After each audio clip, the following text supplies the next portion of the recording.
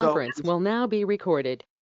Okay, Mishpatim is on page 416 in our Stone Chumashim, and it's a very, very strange, um, well, it would seem to be strange, let's say more a jarring interjection, meaning, Yitro, let's look back just a couple of pages. We had the Ten Commandments. Good morning, Jenny. Good to have you with us. So we're on page 416, Parsha Mishpatim. So last week's Parsha Yitro, so we had the Ten Commandments. We had that whole Sinai experience. And then actually at the end of Mishpatim, if you look towards the end of Mishpatim, there we've got on page 440, chapter 24, Chav Dalid, Vel Moshe Amar Alei El Hashem. Ascend, go up the mountain to Hashem. You, Aaron, Nadav, Avihu, the 70 elders, they will stay at a distance. Moshe, you alone will come close to Hashem. And there is a debate amongst the commentators. Is this talking about before the Ten Commandments, before Vav Sivam, before that experience, or is this leading up to the 40 days that followed? But basically, what we have over here is we have Sinai on one end, we have Sinai on the other end, and then in the middle we have all of these mundane laws about slaves, about damages, about people who are shomer. I hire you to watch something from me, or you're watching it on your own, or you rented it from me, or you borrowed it from me. What is the level of your liability? Two people are fighting, they smack someone else, right? Actually, Thursday's Lunch and Learn is going to be an eye for an eye. That's also in this week's parsha, which we know does not mean an eye for an eye. Why doesn't it mean literally an eye for an eye? Why can't it mean eye for an eye? You have to come on Thursday for that, right? But we're dealing with all of these really, really mundane, uh, mundane, fathers. All these, right? We're on Mount Sinai over here. We're hearing God talk. We're at a point of prophecy, and this is what we're dealing with over here, and this is what's jammed into the middle over here. What is going on over here? So for a key, let's turn to page 972 for a moment. 972 is Devarim Hey Chav Zayin. 972. And now Parshat Ve'et Hanan, which is where this is. If you look on page 970, you'll see we have the Ten Commandments. Oh, right? So of course, we only heard this once, right? But Devarim, the book of Devarim, Deuteronomy, is Moshe recounting all the things that transpired, and included in that recounting of all that transpired, certainly have to mention the Ten Commandments. That's why it's written in the Torah twice. This is Moshe's recounting. But look at page 972. Which chapter, Rob? It's chapter 5. Yeah, 5. Pasuk Chav Zayin, 527. Okay, well, let's look at 26. Let's get some traction over here.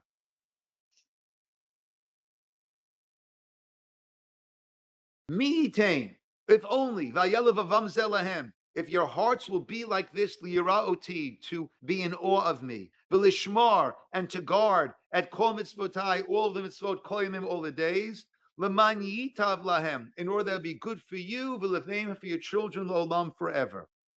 Lech, emor lahem. You, Moshe, go and tell them, shuvu lachem lahalechem. Good morning, Esti. You should return to your tents, viata, and you, Moshe, po amod imadi, you will remain here with me, v'adabra ilecha, and I'll speak to you all this mitzvot, the chukim, mishpatim, etc. So everyone should go back to their tents. So actually, the a halacha that we learn out from this, or I'm sorry, halacha, but before Mount Sinai, then husband and wife were not allowed to be together for 3 days leading up to Mount Sinai. Now, shuvu lachem la'alechem.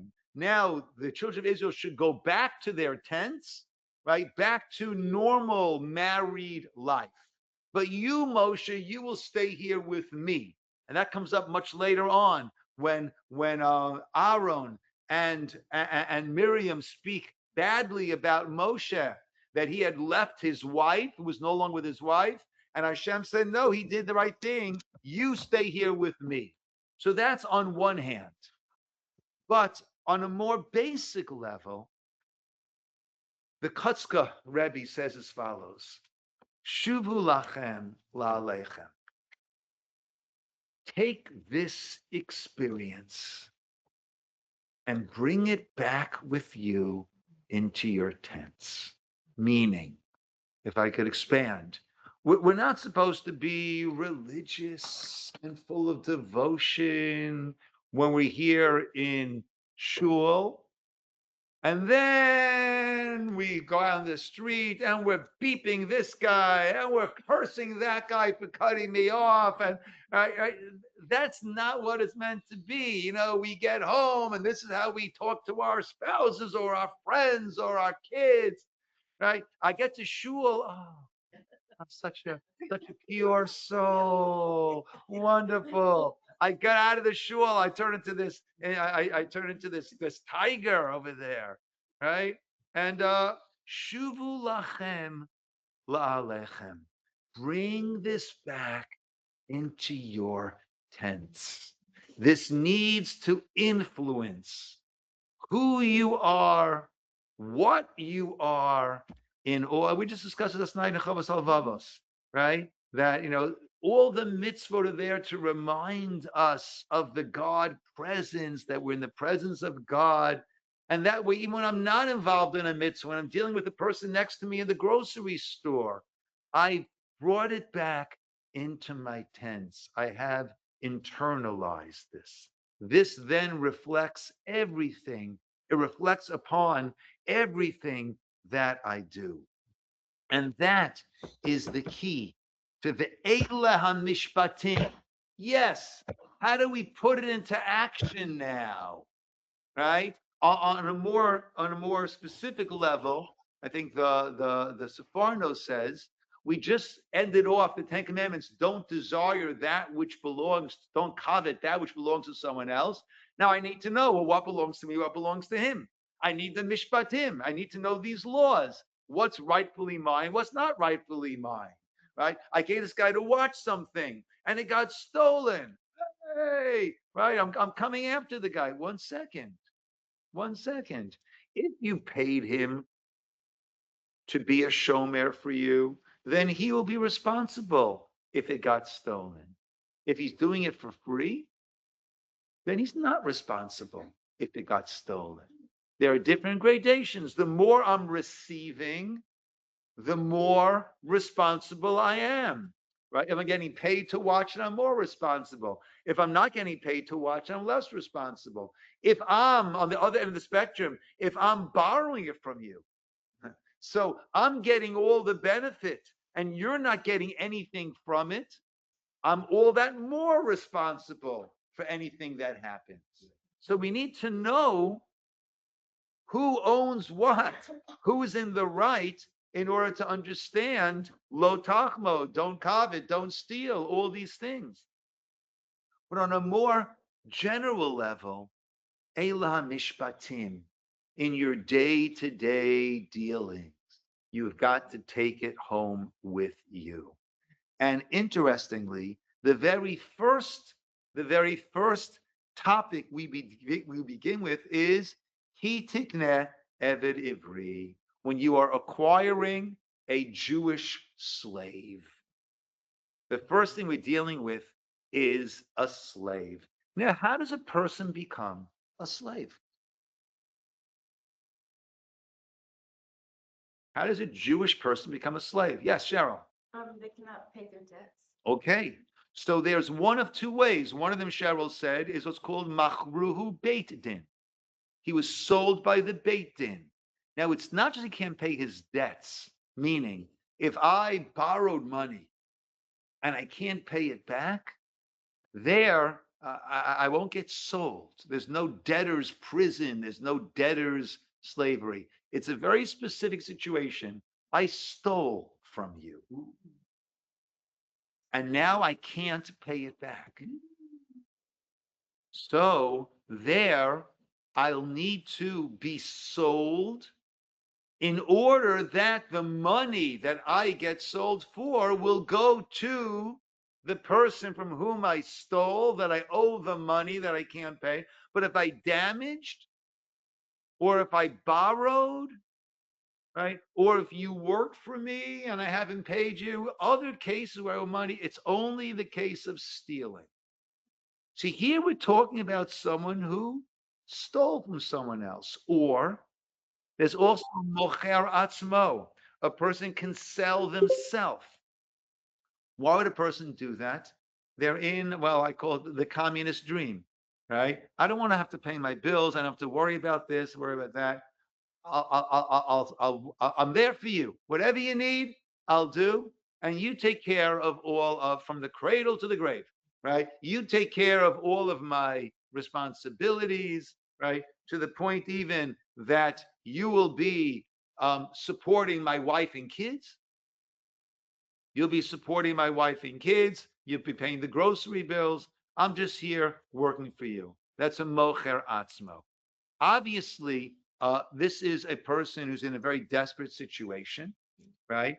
And has taken the wrong decision, because we are meant to be servants to Hashem and not to anyone else. We should not willingly accept upon ourselves servitude to anyone or anything besides Hashem.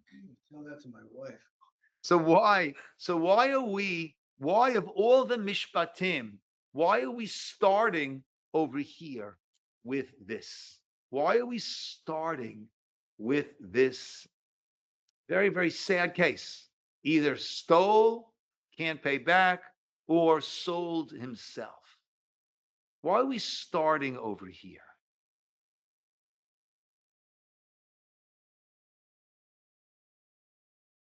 So as parents, which of our kids, we love them all the same. Which of our kids do we think about the most? Are we most concerned about? That's easy for me. The one, yeah, Esty? The little one, the youngest one. The youngest one? Why the youngest one? Oh, no, the oldest one, with my kids, the older one, he's so responsible. He's always taking care of things.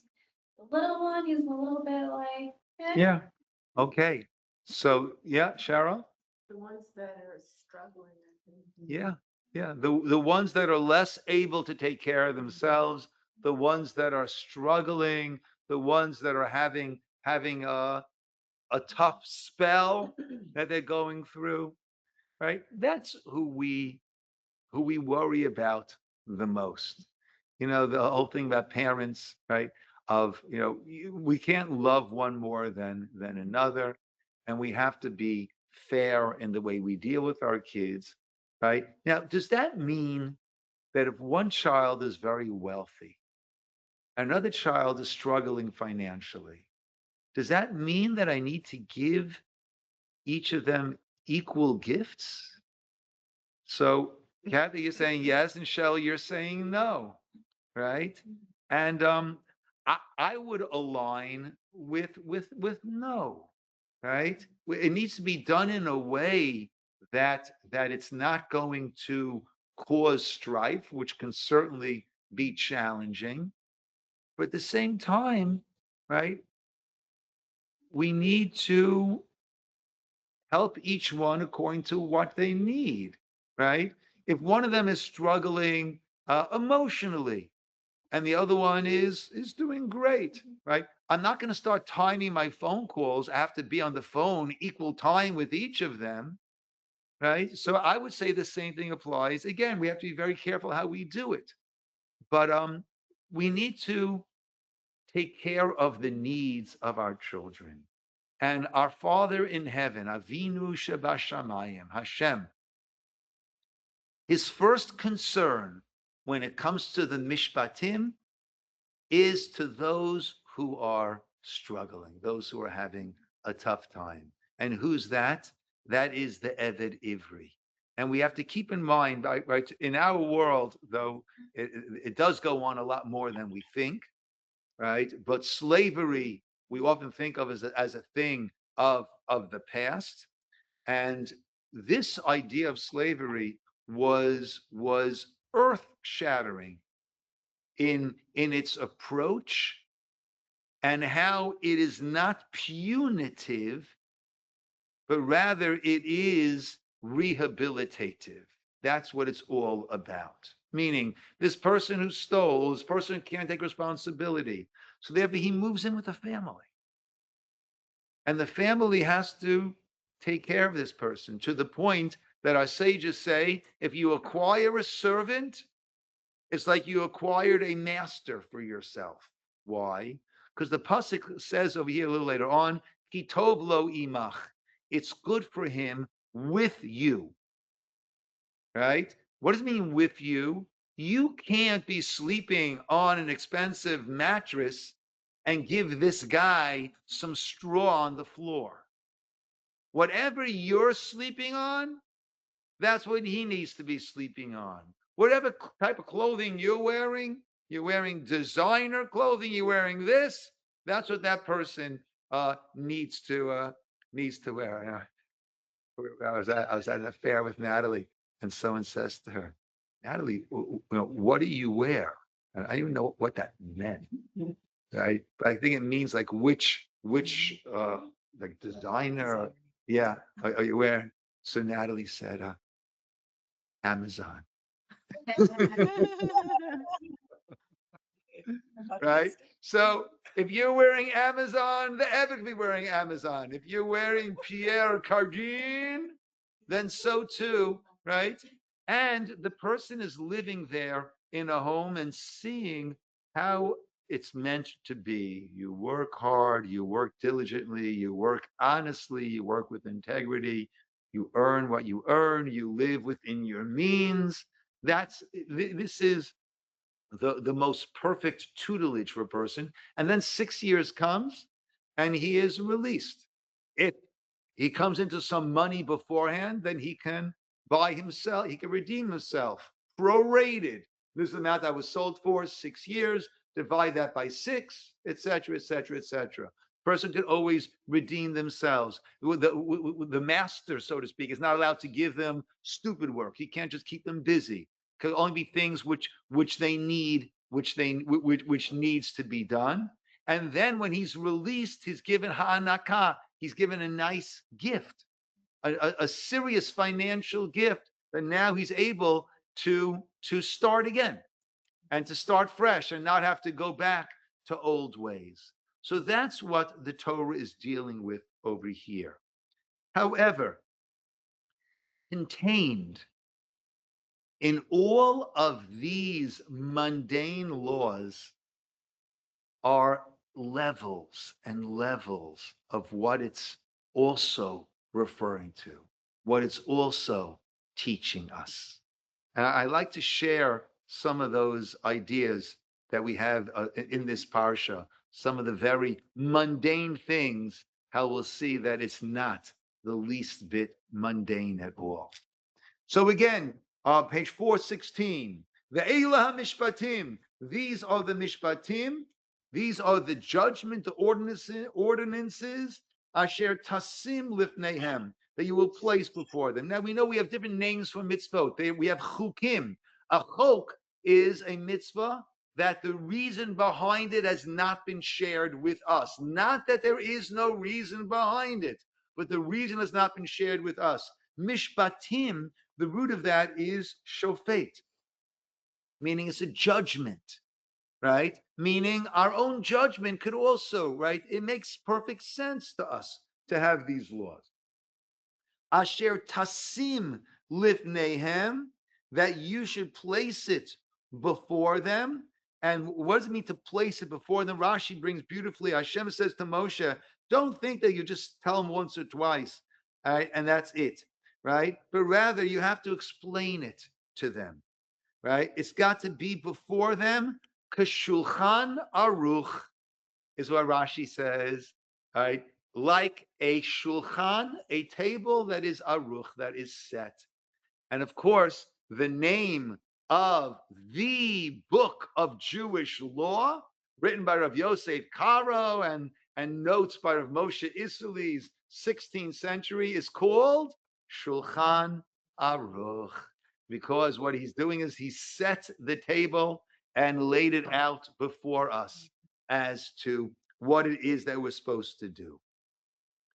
Itikne Eved Ivri. When you acquire a Jewish bondsman, a Jewish slave. Now, interesting. Ivri is the term. Eved is a slave, a bondsman. Ivri, right? They translate it as Jewish in the English. Fair enough. But what term do we usually use for Jewish in the Torah? Yisroel, right? Right? We don't use the term Ivri, right? We say Abraham was an Ivri, right? He came from Aver Hanar, from across the river, and we say Abraham was an Ivri. He's on one side, everyone else, the rest of the world's on the other side, right? But Ivri is not really a term that we use to self-describe. Right? When Moshe is speaking to Paro, he says, Hashem spoke to me. Paro says, who's Hashem? Okay, the God of the Ivrim. Right? But they were called the God of the Ivrim. But once the Torah has been given, we're not called Ivri anymore. We're Yisroel. Later on, we become Yehudi, right? Jewish in the English comes from Judah, which is Yehudi, right? So why is the term Ivri used? So the Chaim HaKadosh says a number of things. We don't want, one he says, we don't want to put together the word Eved and Yisrael. Those are two, it's oil and water. The two don't mix. Slave, Israelite. No. We are not slaves to anyone. We are slaves, we are avadim, we're servants to God. And that's it. Not to anyone or anything else. So we don't want to be referring Eved Yisrael, Eved Yisrael, Eved Yisrael. We don't want to mix those two terms. Who's the commentator? The Or HaChaim HaKadosh. Or HaChaim. And he says also, Eved Ivri. Ivri also comes from the term of over, passing, not lasting. So therefore, this is not truly who we are, what we are. This is right. It is a temporary aberration. It is a one-off of who and what we really are. It's an Eved Ivri. It's a temporary state. However, on a deeper level, he says as follows: Ki tikneh Eved Ivri. When you acquire this temporary servant, he says, who's the temporary servant? Who are you? You are your neshama, your soul. And the soul is sent here to this world. And it acquires a temporary servant. What's the temporary servant? The body, the physical body. That is this temporary servant of the neshama. The soul can't grow when it's in the spiritual realm. There's no decision making over there. There's no free will. God's presence is overwhelming. We need to come into this physical body where we are presented in this physical world with physical choices, moral choices, philosophical choices, bechira, our free will. And therefore, this body is a servant. But what type of servant is it? Ivri. It is a temporary, transient, passing servant. The soul is eternal. The body is not always eternal. Sheishanim ya'avod. 6 years you will serve. Uvashvi'it, and in the seventh, yetzei l'chovshi chinam. In the seventh, you go out free. Meaning, that's the 60 years of a person, 70 years of a person, whatever it is. And then the person goes out free. And he works it through, right?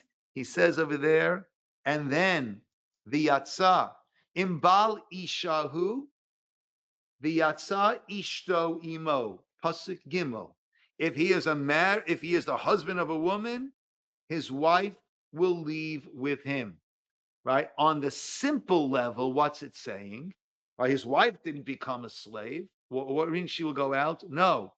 The owner I mentioned before, needed to support the family, the wife, right? When he goes out, then the wife also goes out. She will no longer be under the support of this adon, of the master. Rather, she will also now go out. With Orach Chaim says as follows: the yatsa ishto imo, when the neshama leaves, if the body has been purified, then the yatsa ishto imo, then he imo, the body will still accompany the neshama. Meaning, if a person lived their life in the right way, that he was a Baal Isha, that the body was devoted to the neshama, to the soul, and the body did whatever it could in terms of elevating itself and the soul, then what happens? The body is also elevated. The blessing we make before any bracha is Asher Kiddishanu, the mitzvotav, that we become sanctified, elevated through the mitzvot. Then it's not contradictory, but the body and soul have become bonded, and they're not going to be separated, and they will still remain together. And there's actually a fascinating here, what he says here. Imhu Adam. I'm reading the Orach Chaim HaKadosh. If he is a person that all of his thoughts, all of one's thoughts and pursuits in this world, even our eating and drinking, was in order to give my soul the strength, to give myself the strength in order to be able to do good things, lahagdil haruchaniyut, in order to increase the spirituality, that person is called a Baal Isha. That is the husband. That is the devoted husband of this wife. That is the goof, the body that is devoted to this wife. Like a husband, shetareach b'shvil ishto, who works hard for his wife, to support, take care, and to fulfill whatever it is that she wants and needs. Because this person is doing for the sake of his nefesh. Adam kazeh, such a person where the physicality has become purified. Tuchal nafsho lisbol l'dor imo b'mechisato afilu achet tziata. The neshama, the soul, can remain in that body until the ultimate revival, but the soul could even remain in that body to a degree even after it has left. It has not become disjoint, right? Completely cut off from the body. There's an amazing thing that I once experienced this. I once was part of this. And that is when a person is marrying a widow. So a minion, I don't know if it's not halacha, but this is something that is done. A minion is gathered and he goes to the cemetery where the late husband is buried, and so to speak, I don't remember the exact wording, but so to speak, right, asks permission, right? But goes to the cemetery, right? There's the body, the soul is not there, but there is some vestige, depending on how that person lived their life, there is still some vestige, whatever that means, that is still connected. Then the pasuk goes further, right? Let's go to page 418. Im amar yomar ha'eved, verse 5. If the eved will say, ahavti et adoni, I love my master, et ishti, my wife, the et banai, my kids, lo eitzei chofshi, I do not want to go out free. I want to remain. Then he'll be brought to the doorpost, and his ear will be a bore, a hole through his ear, pierce the ear. Vavadola olam, he will serve him forever. Now we know forever does not mean forever. It means Yovel, until the Jubilee year. Okay? When it says la'olam, right, the longest time measurement that we have in the Torah is 50 years. So that when it says la'olam, it means for the longest time measurement. But on this deeper level, Laura Chaim says as follows. This is a Yisroel hamitlahev. This is talking about a person who is on fire to serve God. And even when a person's strength is waning, he wants to serve God. And he says, Ahavti et Adoni, I love my master, Hashem. Et Ishti, my neshama, that soul that's in me while I'm alive. The et Banaya, my children. The children are our Maasim Tovim, the mitzvot that we've done. I don't want to leave this world. This is a world of opportunity.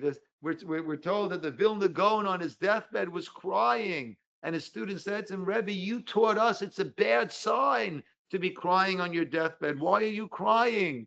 And he said, I'm leaving a world where for a few cents I can buy this garment of tzitzit, and I have the mitzvah of tzitzit every moment. I'm leaving this world of opportunity, a kind word, a smile, a chesed, a tzedakah, a mitzvah, a bracha, a blessing, a prayer. It's just all over the place.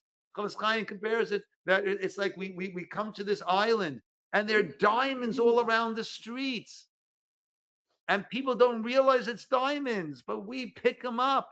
We pick them up. We seize all these opportunities. The person says, I don't want to leave. I don't want to leave. Eini rotzeh latzet. I don't want to leave me'olam hazeh, from this world. L'chopshi kametim, to be free, like a person, as a person who has died. You know, the term that we use when a person died, we say the person was niftar. Right? What is it? What is that word? Where does it come from? Patur means exempt, exempt from all of the responsibilities of life. He's patur now. She's no longer obligated in all of the mitzvot. They were niftar. I don't want that. This person has such a cheshek, a desire, a taiva, a want for the master. Hashem guarantees this person, you will be called my eved, my servant forever. What you want will be fulfilled. Not now. Ki ata ein lo od ba'olam. Your time in this world has come to an end. But you will be my eved la'olam, for eternity. La'olam haba, in the world to come. Yivchar bo Hashem me'amalachim. God will choose this person. I think it either means from amongst the angels or above the angels. Liot lo eved ne'eman. You will serve me in the heavenly realm, in the world to come. And that's what we find, he says, by Moshe, who was called an Eved Hashem. He wanted to live, to enter the land of Israel, to serve Hashem and to keep the mitzvot. And Hashem says that no, you will be my Eved Hashem. So that is a whole different level of what these this avadim, this the base banal mundane laws of slavery on the deeper level. That's what it is. It is alluding to. Let's go to Rabbi, page. one question. Yes. So it says if the Adon will give a woman, I guess who's not Jewish, can the master force that that mating or marriage of the non-Jewish woman and the Jewish bondsperson? On the base level, yes, he can force a not really a full marriage, but a union between this Eved and the Shifcha Canaanit for the duration of their of for the 6 years or whatever it will be until the Yovel. Yes, that is something that he can do. Because that's going to, as we've discussed, that creates a conflict of interest if there are children and leaving. There are no accidents. So if that happens, then Hashem meant for those children to be. Correct. And Correct. so it seems like it's still not ethical to leave children behind. On the regular level, that's why there is that allowance that he can stay on. If he wants, he can stay on. But to make that responsible decision and stay on, it's considered that he's now subjugating himself not to Hashem. So there's like a huge conflict there. There is a huge conflict, yeah. And sometimes we start off with a misstep, and then that creates even more difficulty. Yeah. So what happens if the man refuses that? Refuses what? The union with the Kanani. I'm not sure. I don't think he's. I don't know if he's allowed to do that. All right. Thank you. Do that. Yeah. Let's go a little bit further. Let's go to Perek Chaf Bet, Pasuk Chaf Dalid, page 430, 22, 24.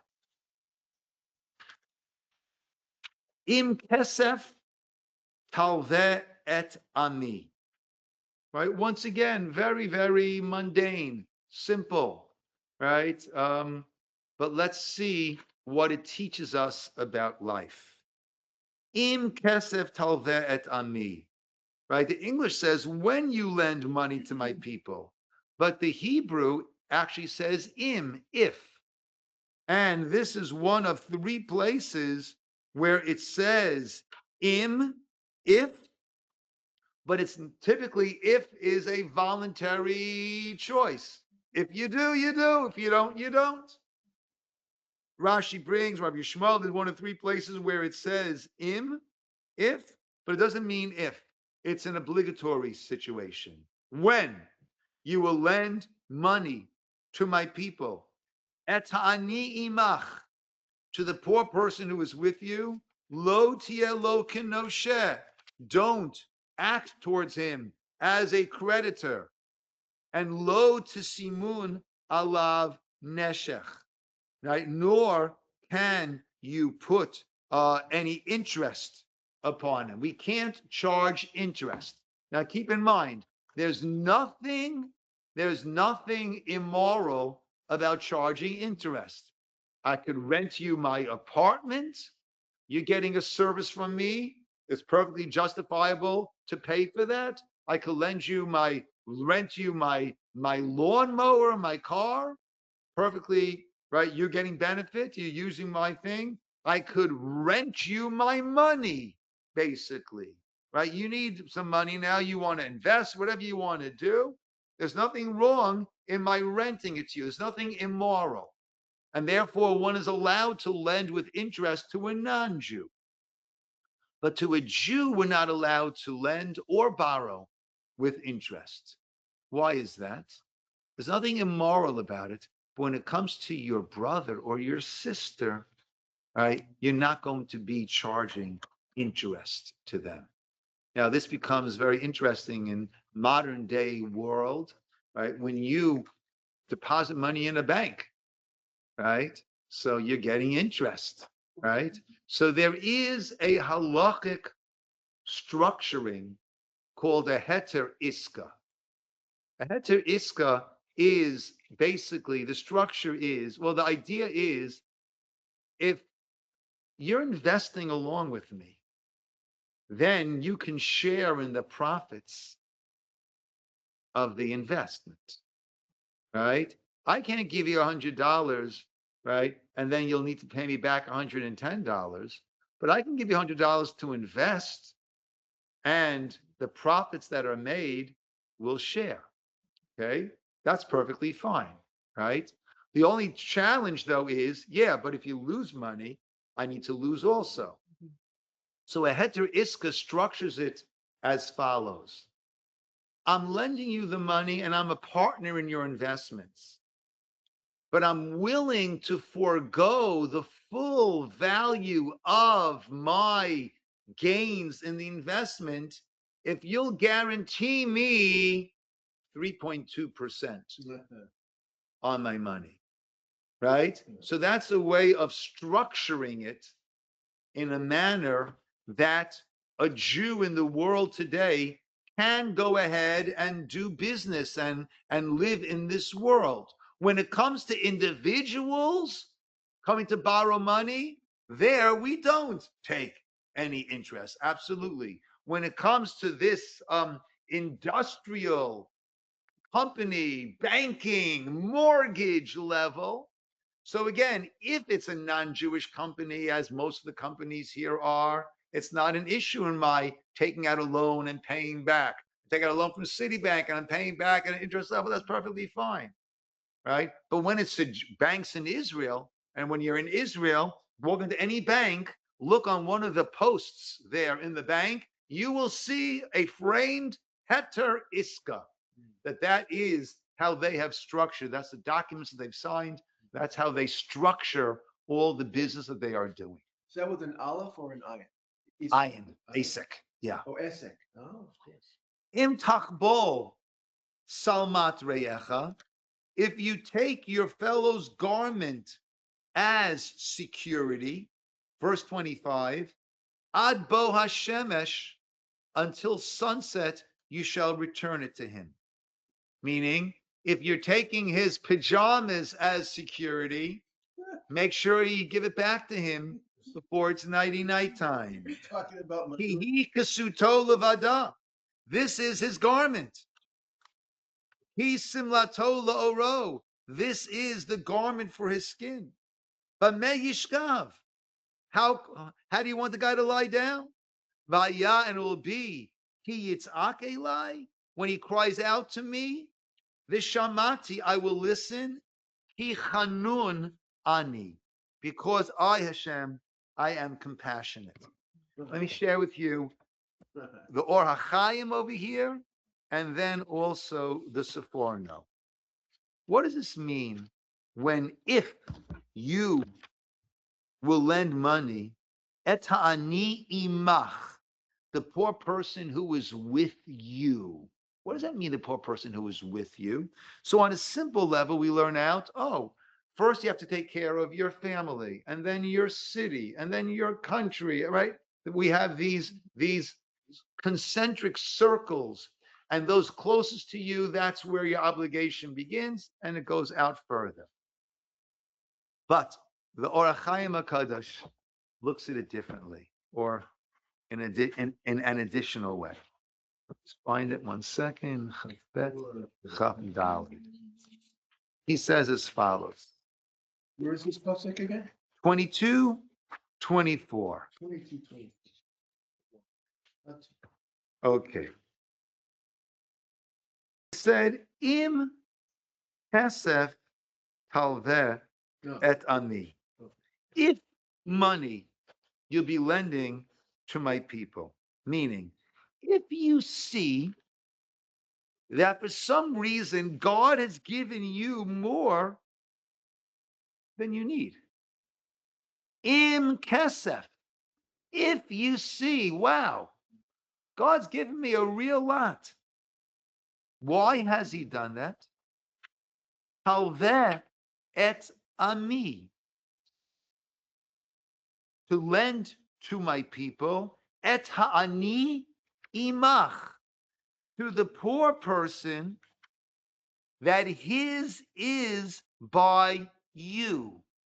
Meaning, for whatever reason, every neshama, every soul needs to go through what it experiences here in this world.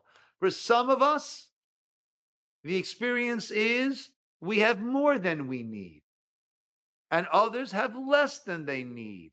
What has happened? God gives some of the money that's meant for that person, he's given it to you.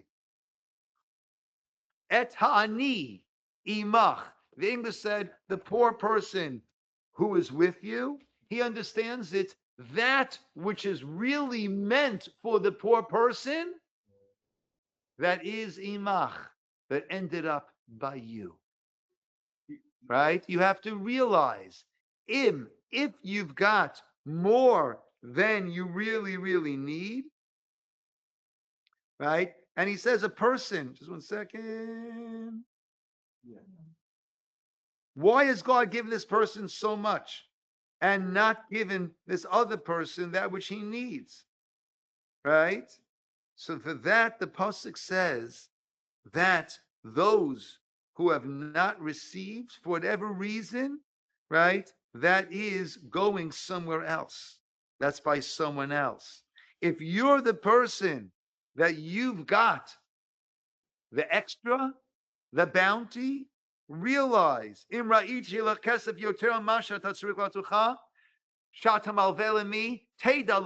know, that's not your portion.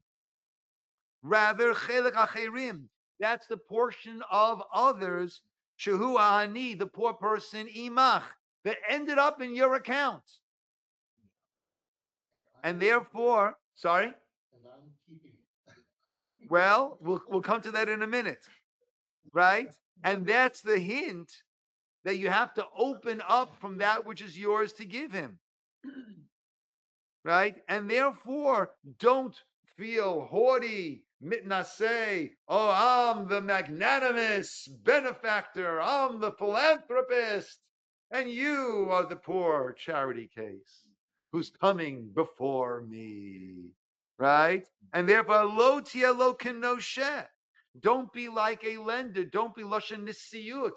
Don't lord over this person, right? Imagine you go into the bank to withdraw money from your account, right?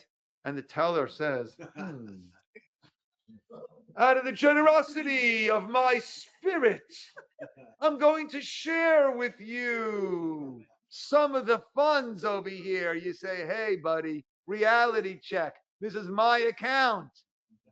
That's what it's saying over here. Don't be mitnaseh. Reality check.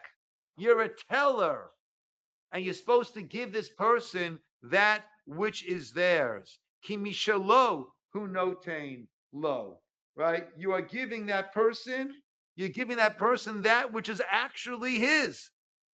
And therefore, don't even dream, think for a moment of taking interest. Right? I'm going to take interest on your money that happens to be sitting in my account. Right? Now, of course, there are limits. There are ways that we approach this, right? And we're told to give 1/10 maaser. We're also told, someone called me, they're helping someone out, but they're not sure, how much they should help out. They're not that wealthy themselves, but the person is in need. And I said, the Gemara addresses that. and we say aser ta'aser, a tenth and a tenth, 1/5, 1/5 a person can give. More than that, a person should not give, lest they themselves will be in a situation that they need. Now, if you're Bill Gates, if you're Warren Buffett, right, so then you can do a little bit more than that. It won't be a problem. I mentioned, right, how to exist on $500 million. Right, Warren Buffett wanted to get people to billionaires to give half of it to charity. So right, but otherwise for regular folk, right, it should be somewhere between 10% and 20%. That's how much. 10% for sure is being deposited in your account, and it belongs actually to others.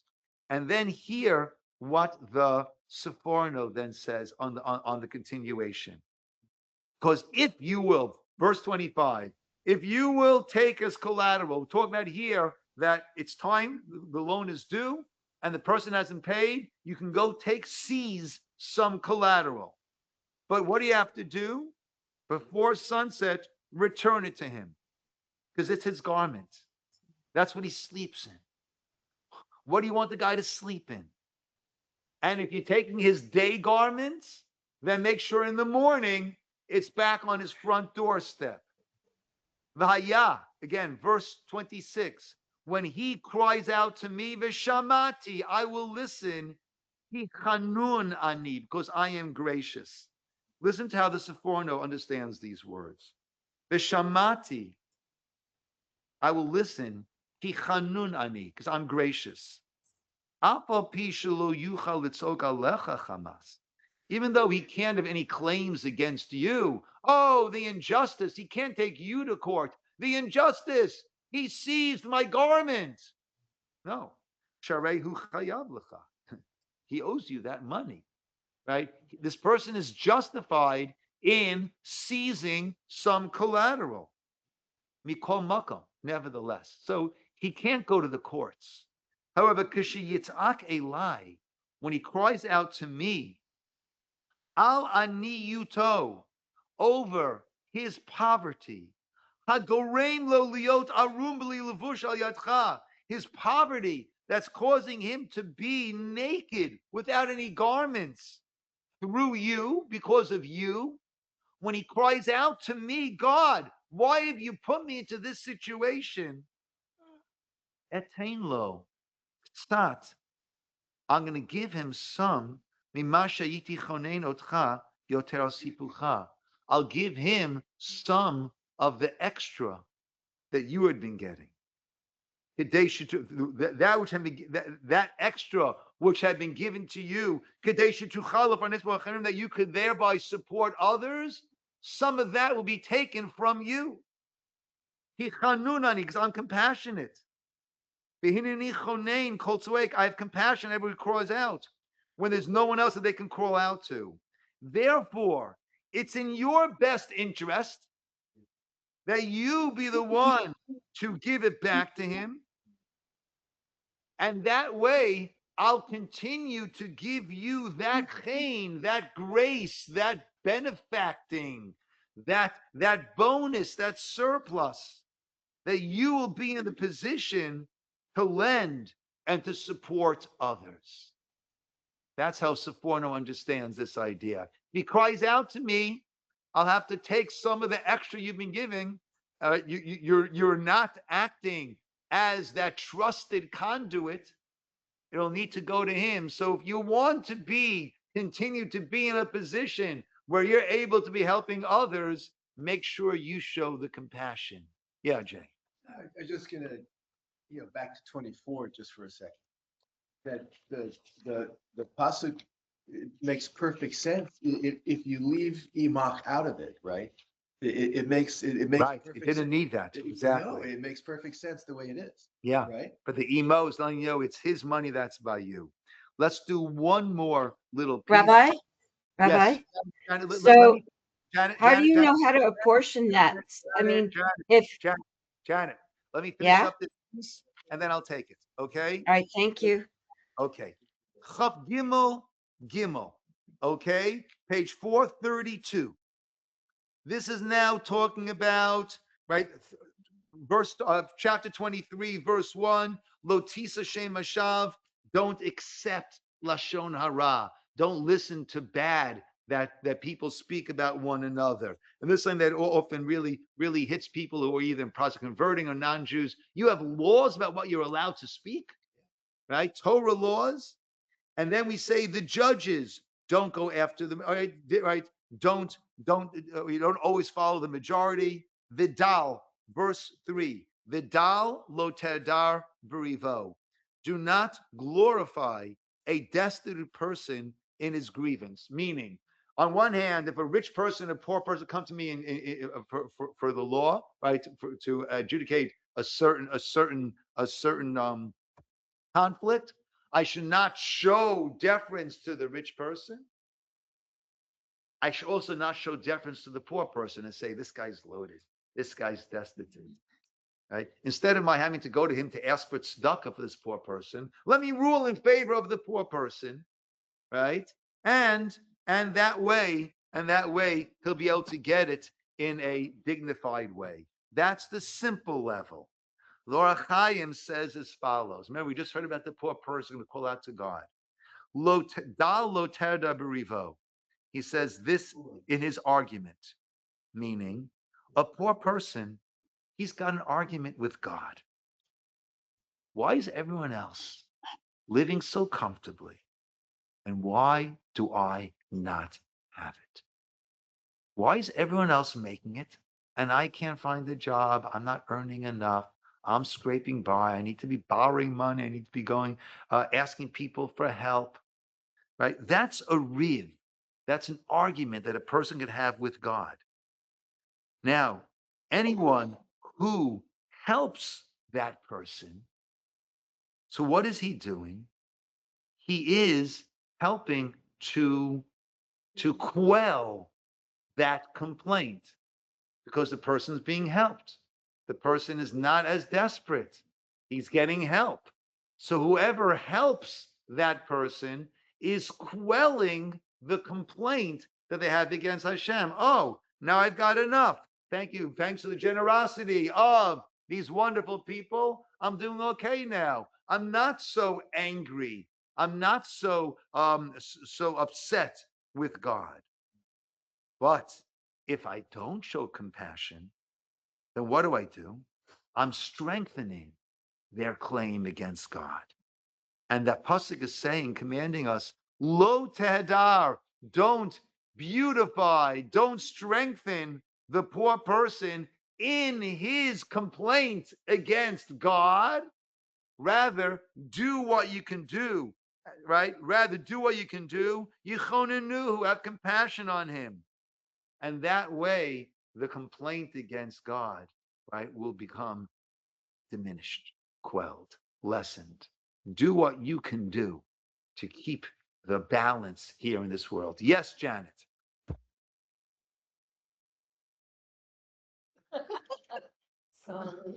Oh, going back to the previous about the lending, if supposing you've given to institutions like a day school or whatever, and then so you're like at 8%, and should you give all the rest of the 12% to someone who asks for a loan, or do you reserve? I mean, how do you know how much Hashem was You have intending for that person?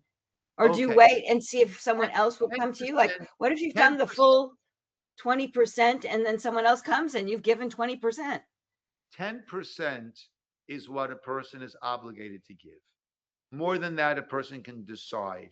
I heard from one of my Rabbeim, if you give a little more than 10, then you're already in the range of 20. You already have that added merit, not of a full 20, but right. So you can give 10.1, whatever it is, 11, 12, whatever it is you want, right?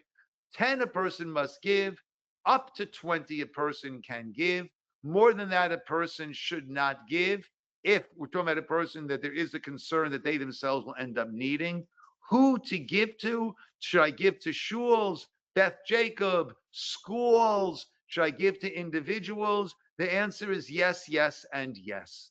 This is your discretionary account. And you have the choice of deciding where I want to distribute to.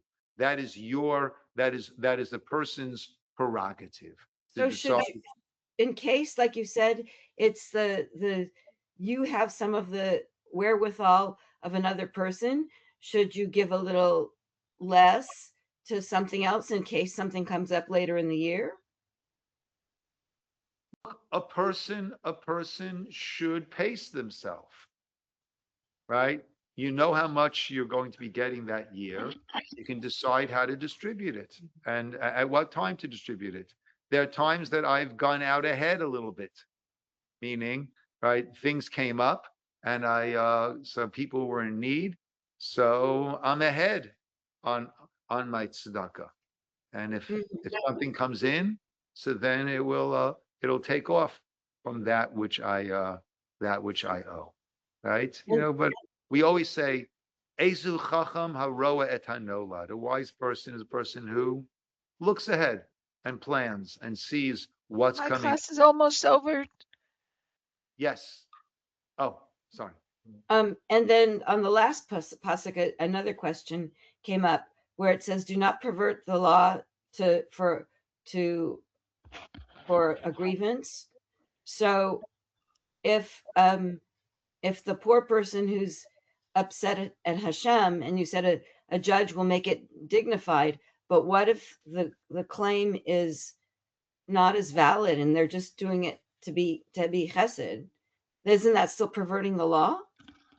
It definitely is. What it's saying is, don't favor the rich person, right? Because of the honor you want to give him. Don't favor the poor person because you feel bad for that person. Rather, what must you do? You must judge it according to what it is.